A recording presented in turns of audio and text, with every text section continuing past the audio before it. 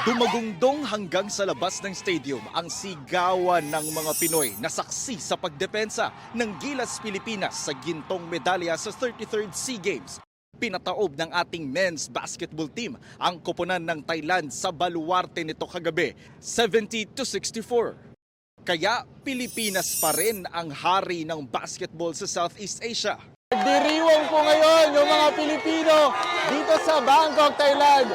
Kakapanalo lang po ng Team Pilipinas, Gilas Pilipinas sa men's basketball game. Laban sa koponan ng Thailand, gold ginto ang may uuwi ng Pilipinas dito sa 2025 SEA Games sa Thailand. Anong cheer? Let's go Philippines! Let's go! Ito yung pinaka first SEA Games ko, so parang ganito pala yung feeling na maging makakagawa ng gold. I'm really proud of the team. I'm happy for the Filipino people who followed the team and wanted them to win so bad. This entire experience has been a challenge for me. Kita nyo naman ginawa nila ng port, di ba? Hindi na basketball yan eh. Bahala na kung anong tawag nyo doon, daya na ata yun eh. Pero itag-isa pa rin kami, lumaban pa rin kami.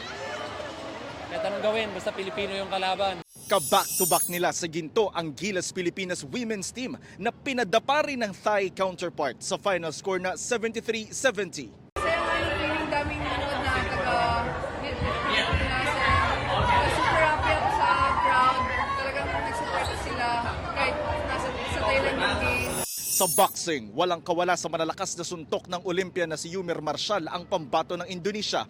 Ang resulta, split decision, 4-1. Kaya nakuha ni Marshall ang kanyang ikalimang gintong medalya sa SEA Games. Hindi po sana ako lalaban dito dahil sa handram nila. Hindi po yun safe, hindi mapoprotektahan yung kamay namin. Ito, na-injury yung kamay ko. Sabi ko, bahala na. Kahit ma-injury ako o palitan naman yung kamay ko pag after ng laban, basta mag-represent po ako.